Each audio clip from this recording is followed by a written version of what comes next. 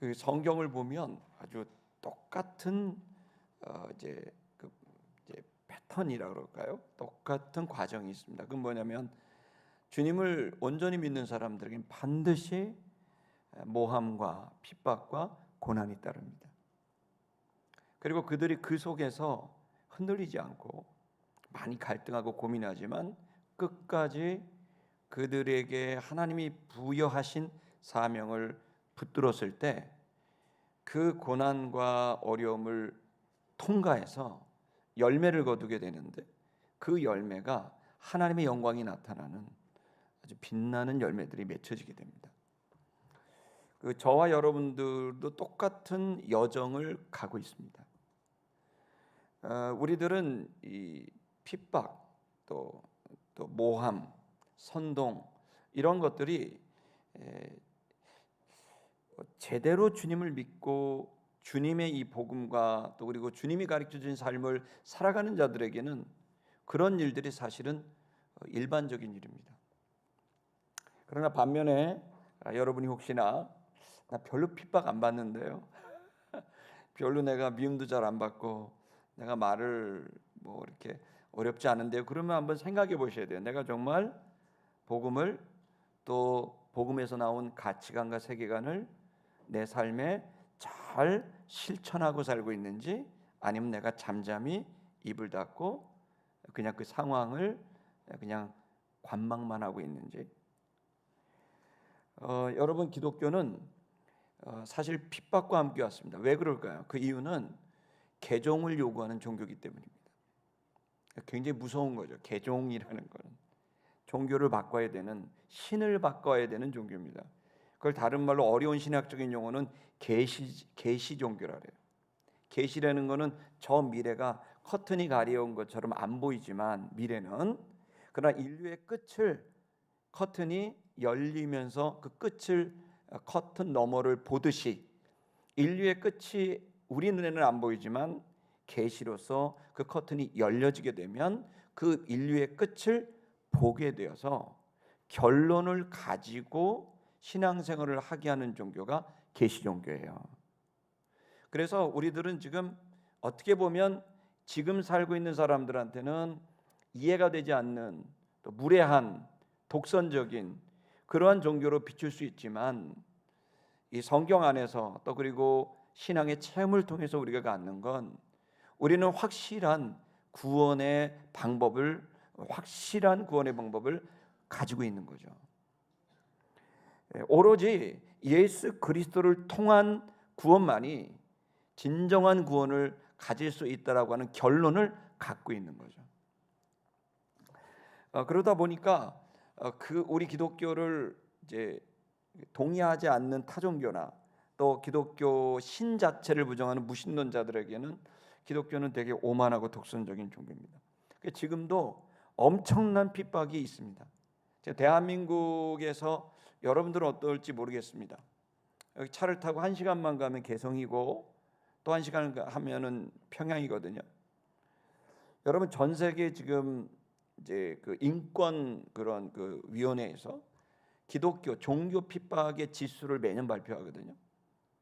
근데 그 인권 지수를 발표하는데 뭐 지난해도 발표를 했습니다. 제가 살펴보니까 기독교 박해 지수 10위가 인도입니다. 인도 얼마나 여행 가보고 싶은 나라 아닙니까? 겐지스강 해가지고요. 근데 여러분, 인도에 파송됐던 선교사들이 전부 추방당했습니다. 끔찍한 일이 벌어지죠. 교회를 불태우고 또 선교사를 추방하고 납치하고. 9위가 이란입니다. 이란은 얼마 전에 이스라엘과 또 충돌이 있었던 나라고, 또 강남에 가면 테헤란로가 있습니다. 그게 이란의 수도입니다. 그 정도로 우린 가까운 나라지만, 그러나 이란은 기독교 박해 세계 9위입니다. 8위는 파키스탄입니다. 7위는 나이지리아. 여러분, 나이지리아 서아프리카에 얼마나 좋은 나라입니까? 그런데 나이지리아에서 지금 여러분, 기독교인 중에 10사람이면 4사람이 지금 이 고난을 당하고 죽임을 당하고 있답니다. 지난해만 6,000명이 죽었습니다. 그리고 6위는 에리테리아라고 하는 그런 나라인데요. 5위는 예멘이고 4위는 리비아고 3위는 소말리아고 2위는 아프가니스탄이고, 아프가니스탄은 2021년에 미군이 철수했습니다. 그러니까 탈레반이 완전히 장악을 했거든요. 지금 어떤 일이 벌어진 줄 아세요? 지난 몇 년 동안 탈레반이 집집마다 다니면서 기독교인들을 색출하고 즉시 죽이기 시작했습니다. 그래서 여러분, 지금 아프가니스탄은 지옥이 됐습니다. 근데 여기보다 더 심하게 박해하는 나라가 있어요. 어딘 줄 아세요? 북한입니다. 국가 자체가 시스템이 되어 있어서 예수를 믿을 수가 없고 서로 간에 쌍방에 감시를 하게끔 만들고 잡히면 무조건 수용소의 사형을 또 무기수가 돼서 노동을 착취당하는 끔찍한 나라입니다. 여러분, 지금 우리는 이러한 시대를 지금 살고 있고요. 그 속에서 우리가 남아는 너무너무 행복한 거죠. 이처럼 자유가 있고 우리에게 보장된 이러한 시스템 속에서 우리도 모르게 우리가 신앙이 그렇게 습관적으로 당연하듯이 우리가 의식을 잃어버리는 그러한 신앙생활을 아닌지 오늘 이 아침에 돌아볼 수 있기를 축복합니다. 이런 종교적인 갈등뿐만이 아니고요, 더 심각한 게 있습니다. 그게 뭐냐면, 우리가 진리를 믿게 되면 이 진리는 종교란 말은 으뜸되는 가르침이란 뜻이거든요. 가장 중요한 가르침이란 뜻입니다. 이 종교는 가장 중요한 가르침인데, 이걸 우리가 기독교, 예수 그리스도의 가르침을 가장 중요한 것으로 여기잖아요. 그러면 그 가르침이 우리에게 뭐예요? 사고방식, 가치관, 세계관을 형성하고 그것으로 우리는 말하고 문화를 만들어 가거든요. 그래서 기독교인들은 자연스럽게 기독교 사상, 기독교 문화를, 기독교 생활을 만들어 가거든요. 근데 이게 지금 무신론, 흔히 말하는 세속주의 혹은 인본주의라고 하는 무신론의 사상과 충돌이 되고 있어서 이것이 이제는 사상의 충돌을 넘어서 법률의 충돌까지 가고 있다는 게 좀 안타깝습니다. 무슨 얘기냐면요, 저희 친구가 뉴욕에서 이제 목회를 오랫동안 했습니다. 미국에 유학을 가고 해서 오래서 목회를 참 잘했습니다. 뉴욕에서 아주 이름이 나는 큰 교회를 이루게 됐는데요. 그런데 교회를 옮기게 됐습니다. 이유는 다른 게 아니라 그 교단이, 그 목사님이 소속되어 있는 교단이 동성애 결혼, 동성애 목회자를 인정하게 된 겁니다. 그러나 이제 친구 목사님 그거 인정할 수가 없는 거예요. 성경은 나는 성경을 부인할 수 없다. 그랬더니 그렇게 수십 년을 이뤘던 목회, 거기를 추방을 당했어요. 다른 곳으로 옮기게 됐습니다. 어떤 일이 벌어진지 좀 전화 통화를 하다 들은 얘기입니다. 여러분, 미국은 우리도 그렇지만 아이가 태어나면 출산 신고를 하잖아요, 산부인과에서. 근데 여러분, 그럴 때 출산 산부인과에서 등록을 할 때 법률적으로 모든 주는 그렇지 않지만 대부분의 주가 이제 바뀌어 가지고 남녀 성별을 체크 안 하게 돼 있어요. 언제 하느냐? 만 18세가 되면 본인이 체크하게 돼 있어요. 자기의 성을 자기가 결정하는 거예요. 만 18세가 되면 내가 남자면 내가 이제 여자인데 남자라 그러면 남자라고 성하고, 내가 여자인데 남자 그래갖고 만 18세 성을 결정해. 근데 이게 왜 문제가 되냐면, 이제 그렇게 되니까 이제 성을 이렇게 화장실도 남녀 화장실이 없는 거예요. 그러면서 이제 모든 게 다 시스템이 바뀌는데 뭐가 문제가 됐냐면 운동 경기 때 문제가 된 거예요. 최근에 어떤 일이 있었냐면은 수영 경기라는데 미국의 챔피언이 다 우리 여기 성인들만 있으니까 성기를 바꾸지 않는 그 남성이 그냥 남성이 여성 대회에 출전했는데 본인이 여성이라고 얘기해서 여성 대회 출전한 거예요. 근데 그 사람들이 자꾸 챔피언을 먹는 거예요. 그러니까 여자들이 원래 여자들이 그걸 보고 이제 너무 문제 제기하는. 더 심각한 거는 격투기였어요. 남자도 격투기가 있는데 여자 격투기가 있는데 그 흔히 말하는 종합 격투기라고 하는 건데요. 그 종합 격투기 대회를 하는데 여자 대회인데 남자가 나온 거예요. 본인 여자라고 그러고 나온 거예요. 근데 여자라고 하면 여자인 거예요. 그 여자하고 남자하고 붙은 거죠. 어떤 일이 발생했냐면요. 종합 격투기에서 이 남자가 격투기를 하다가 여자 선수를 때렸는데 여자 선수의 두개골이 함몰이 된 거예요.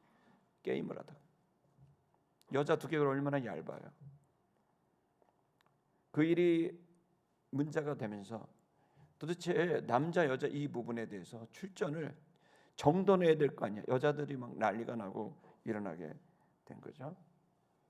여러분 지금 물론 여러 가지 우리가 민주적인 절차와 과정을 통해 이런 문제들이 크게 문제가 안 되도록 정돈이 되겠지만 죄송한 말이지만 이 국회에도 거의 흡사한 법안이 이번 국회, 지난 국회 계속 올라가 있어요.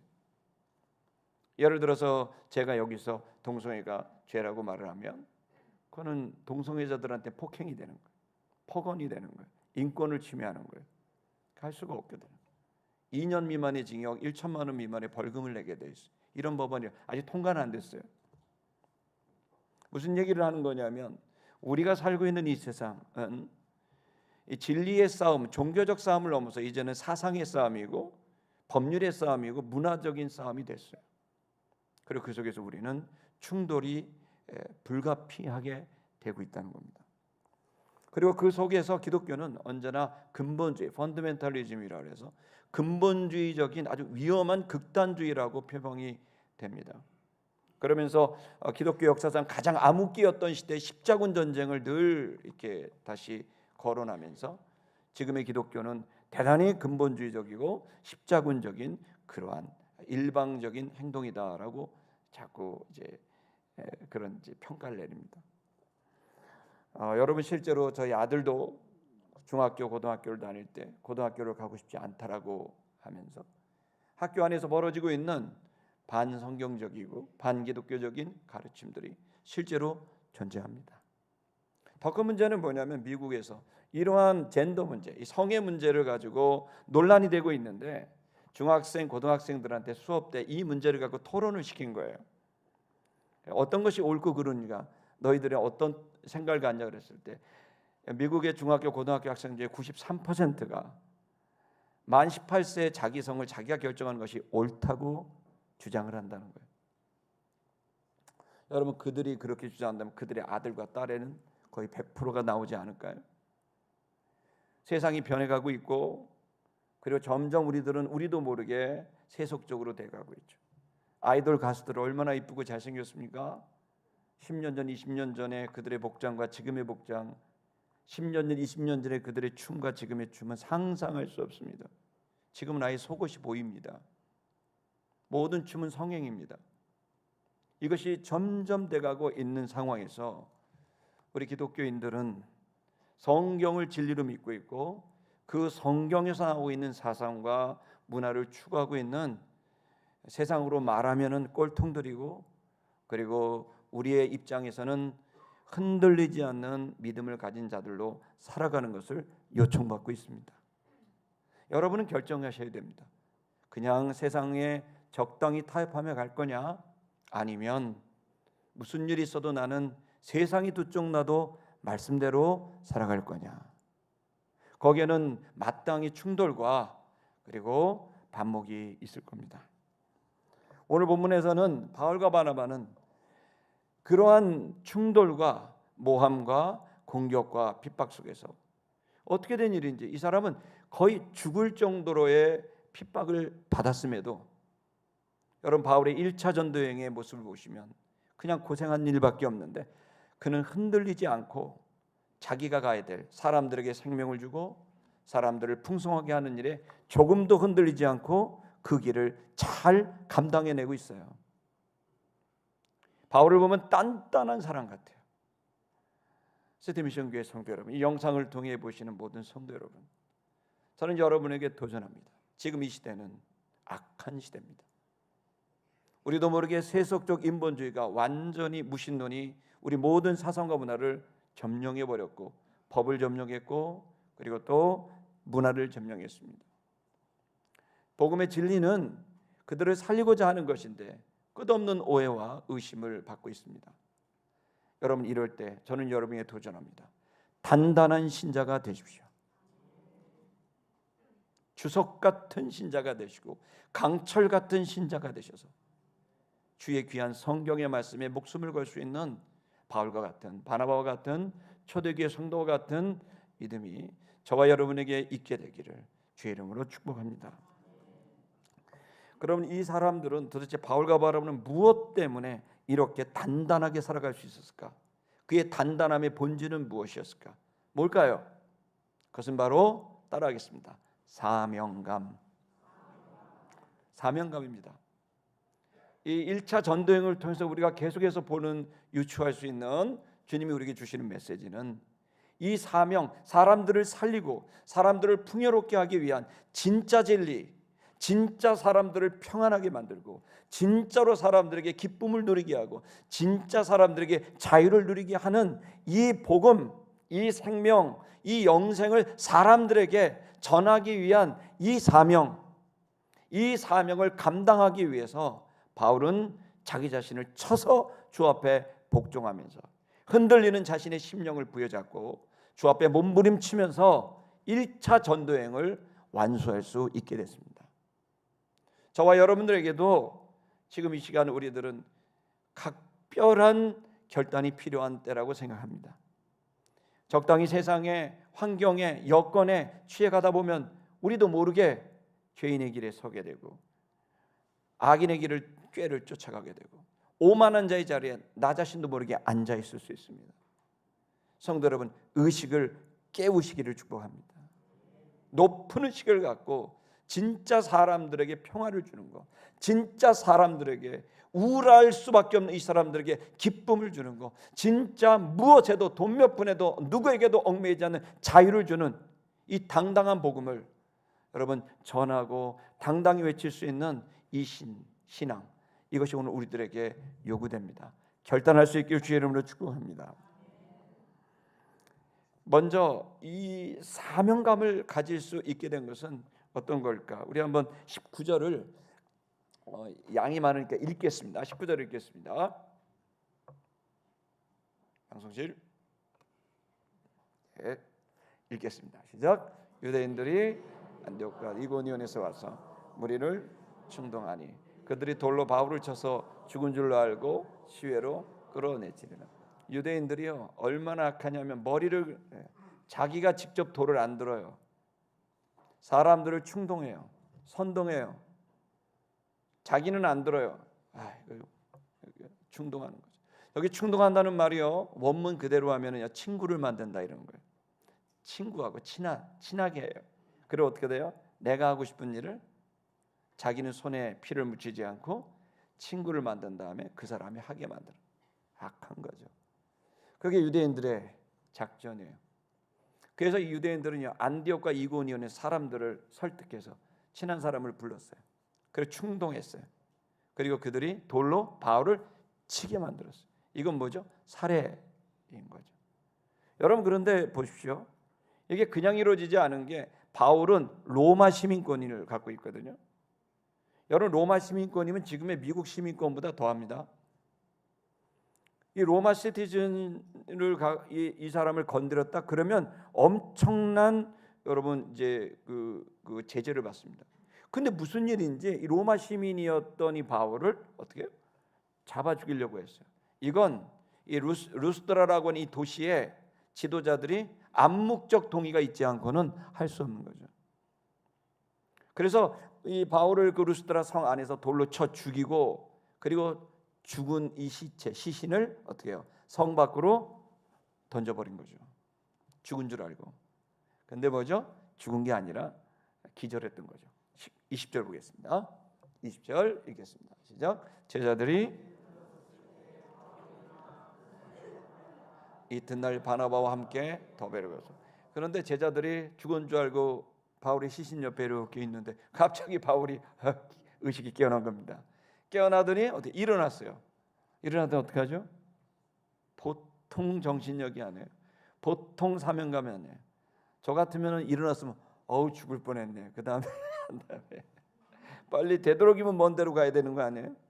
웬일입니까? 바울 다시 자기를 죽였던 그 루스드라 성으로 다시 들어갔다. 제정신이 아니죠. 이유는 뭐죠? 사명감 때문에. 죽음을 두려워하지 않는 사명. 엄청난 거죠. 그리고 이튿날이 돼서 바나바와 함께 더베로 가게 됐다는 겁니다. 여러분 참 놀라운 일이죠. 우리 21절도 한번 좀 보겠습니다. 21절. 바울의 여정은 멈추지 않습니다. 좀 쉬셔도 되는데 멈추지 않습니다. 21절 보겠습니다. 복음을 그 성에 전하여 많은 사람을 제자로 삼고 루스드라와 이고니온과 안디옥으로 돌아가서 멈추질 않아요. 안식월, 안식일이 없어요. 그대로 가서 더베로 가서 그 성 사람들 또 전도해요. 온몸이 상처겠죠. 또 전도해요. 놀랍습니다. 전도하니까 또 어떻게 또 많은 제자들이 생기게 된 거예요. 또 예수 제자가 막 일어나는 생명운동이 일어나는 거죠. 그리고 난 다음에 어떻게 합니까? 다시 또 자기를 죽이려 했던 루스드라로 또 갑니다. 1차 전도행은 더베가 끝입니다. 그래서 더베까지 갔다가 다시 돌아서 출발지인 안디옥으로 돌아가는데요. 보세요. 자기를 죽이려 했던 사람들이 있었던 도시가 다 그 안에 있는 거예요. 왜 그럴까요? 바울의 눈에는 자기를 죽이려 하는 사람이 보이는 게 아니라 자기가 전도했고 복음으로 살려고 했던 바로 가정을, 집을, 일터를 교회로 만들었던 바로 그 제자들이 눈에 들어오는 거예요. 눈이 다른 거예요. 여러분 성령에 충만하게 되면은 그 사명감으로 가득하게 되면은 여러분 자신을 위협하는 그 위협이 보이는 게 아니라 내가 살려야 되고 내가 키워야 되는 바로 그 사람들, 그 성도들이 보이게 돼서 사명을 놓을 수가 없고 사명을 내려놓고 도망갈 수가 없는 이 사명은 목숨보다 귀한 게 되는 거죠. 그것이 그를 강하게 만들었어요. 왜 우리는 쉽게 흔들릴까요? 사명이 없기 때문입니다. 많은 성도들이 왜 흔들리고 왜 우울해하고 힘들어하고 낙심합니까? 여러분 우리 모두는 연약하고 취약성을 가져서 우울하고 힘들고 낙심할 수밖에 없습니다. 그러나 바울과 우리는 똑같은 성정을 가진 사람입니다. 다른 게 뭘까요? 사명이 분명한 거예요. 자기가 3년 동안 해야 될 일이 명확했어요. 1차 전도여행 3년 동안 하면서 그런 명확하게 이 소아시아를 전도하는 것, 거기에 있는 도시마다 다니면서 그들에게 생명복음, 예수복음을 전하는 것, 그리고 교회를 세우는 것, 이게 그의 사명이었는데 그 사명을 놓을 수 없는 거예요. 3년이 넘는 시간을 그 일을 위해 목숨을 다한 바울, 아플 수도 없어, 죽을 수도 없는 거예요. 이 사명 때문에. 성도 여러분, 저는 여러분에게 사명이 있게 되기를 축복합니다. 적어도 여러분 오늘 2024년이면 5년, 6년, 7년까지 적어도 여러분의 3년, 예수님이 3년을 공생애를 사셨고 바울이 3년 이상을 1차 전쟁을 떠났듯이 여러분의 3년에 있어서 거룩한 꿈을 꾸고 도전할 수 있는 결단이 있게 되기를 주의 이름으로 축복합니다. 그것이 여러분을 우울한 게 아니라 기쁨으로, 그것이 여러분 불안한 게 아니라 평안으로, 그것이 여러분의 묶인 답답함이 아니라 자유함으로 오게 하는 놀라운 비밀인 겁니다. 여러분 그래서 바울은 이 부분에 대해서 참 귀한 길을 가게 되는 거죠. 22절도 한번 읽겠습니다. 22절 시작. 제자들의 마음을 굳게 하여 이 믿음에 머물러 있으라고 하고 또 우리가 하나님의 나라에 들어가려면 많은 환난을 겪어야 할 것이라 하고. 바울은 영혼 살리는, 사람 살리는 거, 전도하는 거, 그 다음에 성도들을 키워서 지도자가 되게 하는 거. 그래서 돌아가면서도 이미 전도된 이 초신자들입니다. 사실은 예수 믿은 지 얼마 안 된, 몇 년 안 된 이 사람들을 만나서 마음을 굳게 하는 거죠. 왜요? 마음이 흔들리니까, 마음이 단단하지 않으니까, 유동적이니까요. 그리고서 그들에게 말합니다. 이 믿음에 머물러 있으라. 예수 믿음에 머물러 있으라. 권면합니다. 그러면서 또 얘기합니다. 하나님 나라에 들어가는 사람들은 많은 환난을 겪어야만 한다.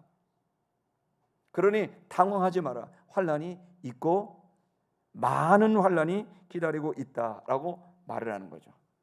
여러분 이 기쁜 소식입니까? 우울한 소식입니까? 이게 여러분들에게 전합니다. 여러분들에게 환난이 기다리고 있습니다. 아멘 나왔습니다. 여러분 모함도 당할 것이고 여러분 환난이 있고 고통이 있을 겁니다. 그러나 여러분 예수님의 그 놀라운 말씀에 여러분 집중하십시오. 마태복음 5장 11절과 12절을 보겠습니다. 환난은 참 슬퍼 보이지만 아니요, 환난엔 놀라운 은혜가 있습니다. 읽겠습니다. 시작. 나로 말미암아 너희를 욕하고 박해하고 거짓으로 너희를 거스러 모든 악한 말을 할 때에는 너희에게 복이 있나니. 아멘. 누구로 인하여? 나는 누구죠? 예수님입니다. 예수님 때문에 받은 환난, 예수님 때문에 받은 핍박과 어려움입니다. 너희를 욕하고 나 때문에 박해하고 거짓말로 거스리고 반대하고 악한 말로 너희를 해하게 할 때, 그러나 너희에게 뭐가 있다고요? 복이 있다. 여기 복이 있다가 부정과거형으로 되어 있어요. 부정과거형 뭡니까? 과거에 어떤 일이 이미 됐다는 거예요. 그게 무슨 얘기죠? 이 말은 환난을 겪으면 복이 생긴다는 그런 의미가 아니라 이미 복을 받은 자는 환난을 겪게 되는데 이기게 된다는 뜻입니다. 여러분 환난이 어려운 건 이길 수 없다고 느낄 때입니다. 언제까지 난 이 환난을 겪어야 된다라고 하는 그 시간을 모를 때입니다. 그러나 환난이 오더라도 이거 이길 수 있는 거라면 여러분 이것이 우리에게 우울함을 줄까요? 불안을 줄까요? 아니죠. 여러분 거미줄이 있습니다. 엄청난 위험이죠. 파리와 모기에게는 거미줄은 위험하죠. 자, 그런데 말이죠, 독수리가 거미줄을 본다면 어떤 생각이 들까요? 콧방구도 안 낍니다. 그냥 지나갑니다. 왜요? 그 거미줄이 나를 죽일 수 없기 때문에, 나를 묶을 수 없다는 걸 알기 때문이죠. 성도 여러분, 여러분은 복된 자들입니다. 여러분이 겪는 환난이 여러분을 망하게 하지 않습니다. 여러분은 복된 자들입니다.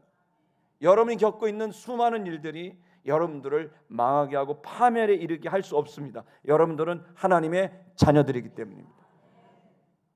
하나님의 자녀는 그러나 어둠의 권세, 이 세상의 악한 구조 속에서 계속해서 환난이 기다리고 있겠지만 그 환난쯤은 별것 아닙니다. 욕 먹어도 되고 여러분 핍박 당해도 되고 두들겨 맞을 수도 있고 심지어 죽을 수도 있지만 내 안에 있는 부활 생명, 내 안에 있는 예수 생명은 그 모든 것을 콧방구도 안 끼게 만들고 그깟 죽음, 그깟 핍박, 그딴 고난 정도는 아무것도 아니야. 나는 하나님의 아들이야. 이 당당함이 저와 여러분에게 있음을 고백하시기를 축복합니다. 12절을 볼까요? 이 환난을 당하면 읽겠습니다. 시작. 기뻐하고 즐거워하라. 하늘에서 너희 상이 큼이라. 너희 전에 있던 선자들도 이같이 박해하였느니라.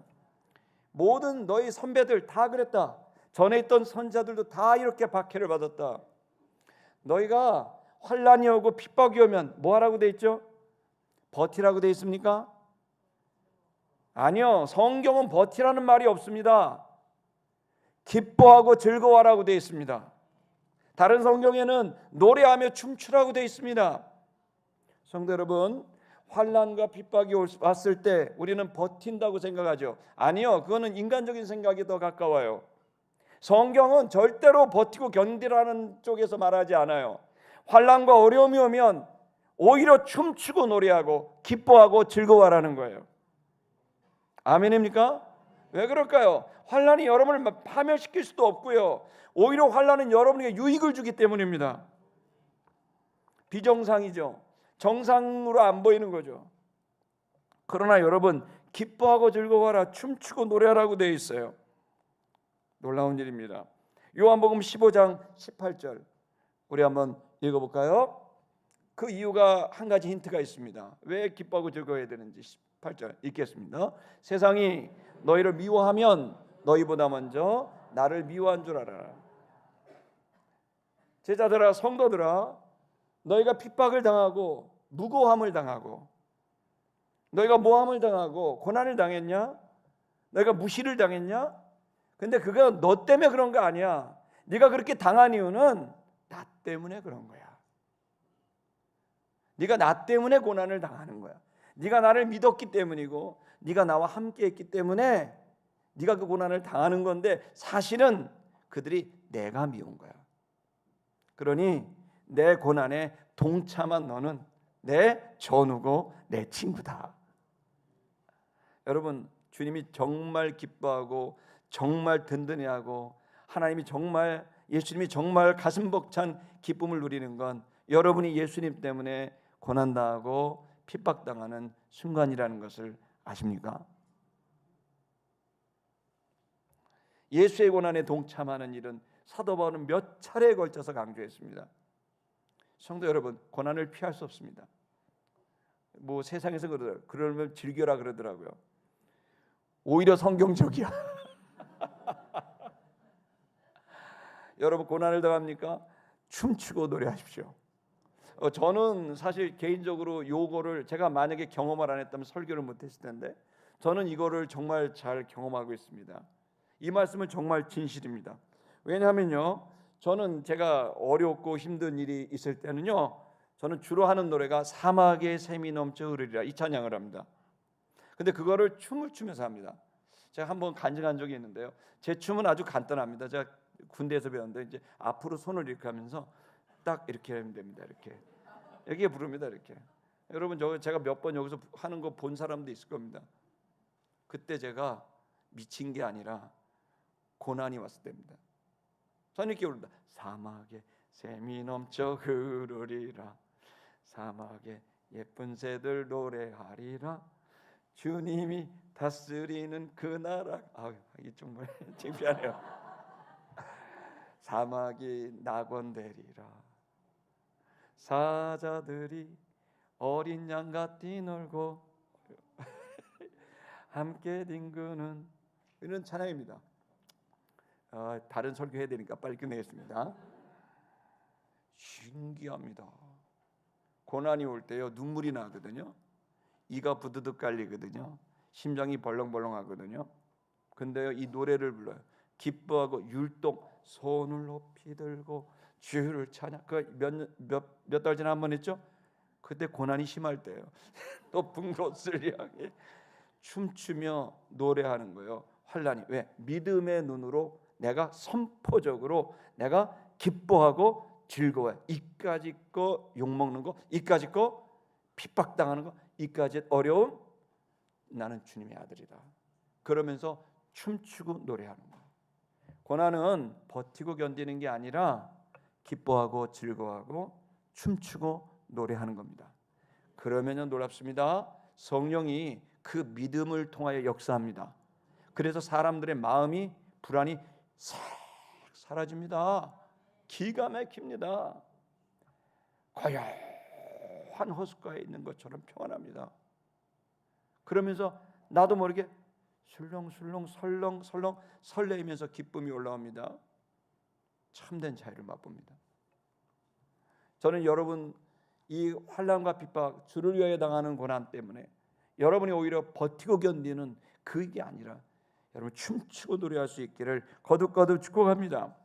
빌립보서 1장 29절도 한번 읽어볼까요? 빌립보서 1장 29절 읽겠습니다. 그리스도를 위하여 너희에게 은혜를 주신 것은 다만 그를 믿을 뿐 아니라 또한 그를 위하여 고난도 받게 하려 하심이라. 또 하나는 여러분, 우리가 고난을 당하는 것은 이렇게 생각하셔야 돼요. 주님이 나한테 은혜를 주셨어요. 주님이 은혜를 주시기 위해서 본인이 나 대신 고난을 당한 거예요. 그러니 나도 주님을 위하여 고난을 당할 수 있다는 거죠. 여러분 그것은 당연한 일인 거죠. 주님을 따르는 자들에게는 주님을 고난을 줬던 사람들이, 어둠의 권세가 어떻게 주님을 따르는 우리들한테 고난을 안 줄 수 있겠습니까? 근데 중요한 사실은 예수님이 그 고난을 이기고 승리하신 것처럼 저와 여러분에게 믿음으로 예수님과 여러분이 하나가 됐기 때문에 그 모든 고난은 파멸이 아니라 여러분 부활로 승리하게 된다는 사실을 저는 여러분에게 선포합니다.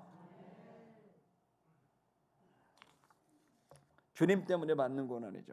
로마서 5장 3절과 4절은 더 놀라운 얘기를 합니다. 너무나 잘한 말씀인데요, 우리 한번 3절 읽겠습니다. 시작. 다만 이뿐 아니라 우리가 환난 중에도 즐거워하나니 이는 환난은 인내를 4절 인내는 연단을 연단은 소망을 이루는 줄 알미라. 아멘. 이 환난은 또 놀랍습니다. 주님의 은혜 받은 자로서의 합당한 길뿐만 아니라 또 하나님의 아들로서 이기는 길뿐만 아니라 이것은 이길 뿐만 아니라 내가 온전해집니다. 내 인격과 내 내면이 성장합니다. 어떻게 해요? 우리 3절을 보시면 환난 중에도 우리는 즐거워한다. 왜냐하면 이 환난이 우리에게 엄청난 유익을 줘요. 우리 인격을 온전하게 하죠. 뭡니까? 환난은 뭘 만든다고요? 인내를 만듭니다. 우리의 내면을 강화시키죠. 참을 수 있는 힘을 주죠. 자, 인내는 그다음 뭘 주죠? 인내는 연단. 연단은 뭐죠? 단단해지는 겁니다. 단련이 되는 거예요. 참을 수 있는 힘, 그 유동적인 참을 수 있는 힘이 이제는 인격적인 단단함으로 연단으로 오게 되는 거죠. 여러분이 우리가 먼저 온전해져야만 하나님의 사명을 이룰 수도 있는 겁니다. 내가 온전하지 못하는데 하나님의 사명은 너무 크면 그 사명 때문에 내가 불안하기만 하고 죄책감만 느끼고 못하는 내 자신의 수치심이 느껴진단 말이에요. 이유는 사명이 문제가 아니라 내가 온전해지지 못하고 연단받아 단단하지 못했기 때문인 거거든요. 이 고난을 이기지 못하는 인내의 부족이기 때문이거든요. 이걸 여러분 할 수 있는 방법을 주님 주시는 거예요. 여러분 그래서 하나님이라고 싶은 사람은요 반드시 하나님은 환난을 줘요. 여러분 하나님 하고 싶어요? 하나님을 주님 하고 싶습니다. 그러면 하나님은 그래 그럼 하려면 연단 받아야 돼. 환난 주시는 거예요. 하나님이라고 싶은 자는 환난을 통과해요. 환난에서 뭘 배워요? 인내를 배워요. 입 닫고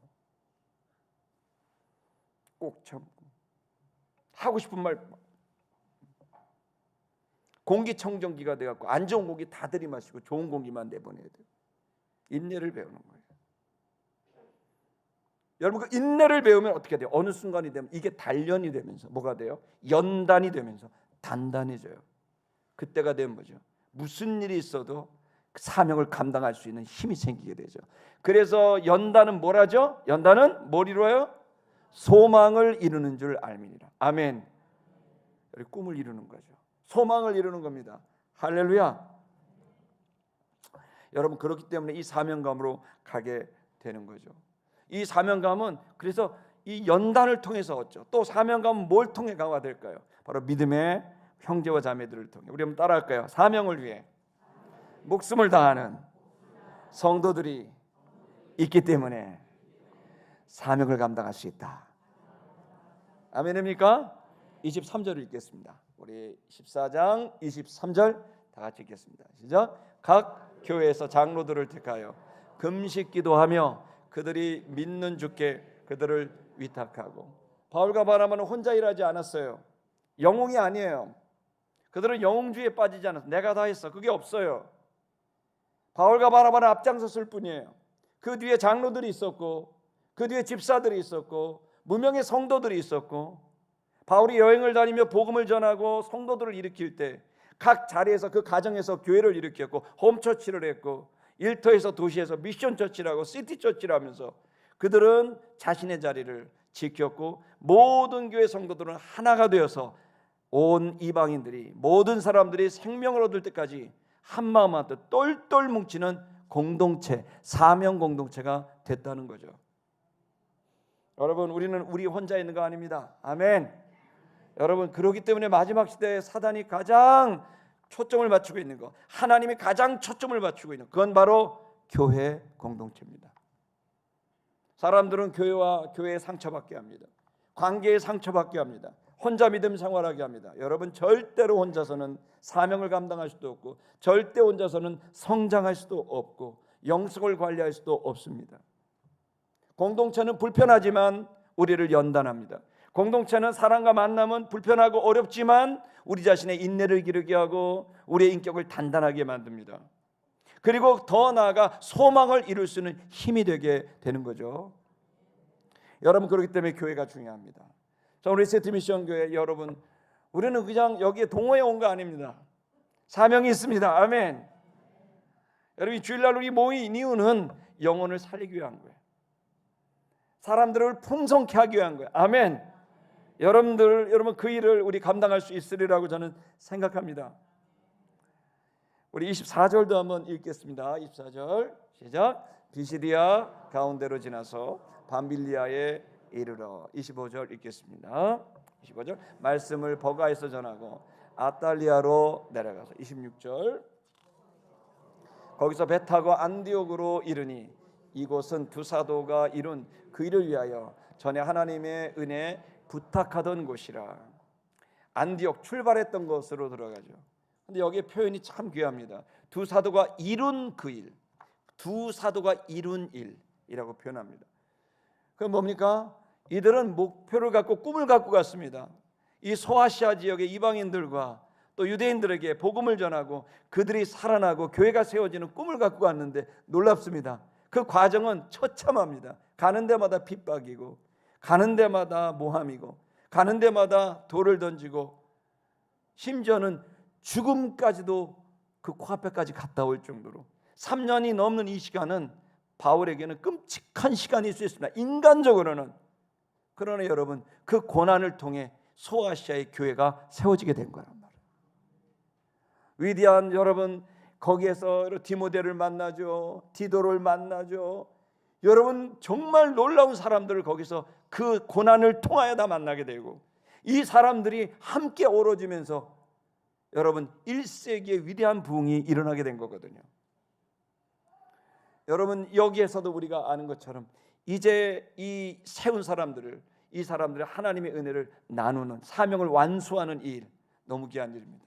할렐루야. 저는 3년 전에 2021년 8월 15일에 통합이 되면서 여러분에게 얘기한 건 앞으로 3년 동안 준비를 하고 정말 한국의 하나님 나라를 위해서 복음 한국, 복음화 또 통일 대한민국, 선교 대한민국을 위해서 이 교회가 쓰임 받는 교회가 되도록 준비하겠다고 했는데 벌써 3년이 다 됐습니다.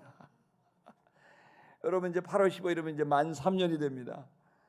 저는 얼마나 노심초사했는지 모릅니다. 하나님 진짜 교회 같은 교회가 되어야 되고 하나님 누구도 드러나지 않고 주님이 드러나고 주님 정말 복음화를 위한 에너지가 있고 복음이 있고 또 하나님 정말 저 우리의 민족을 잃어버리지 않고 계속 통일 대한민국 복음화 선교를 감당할 수 있는 진짜 교회 되기를 원합니다. 하나님 우리를 준비시켜 주십시오. 이렇게 기도했는데 몇 달이 남았지만 전 이런 생각을 갖습니다.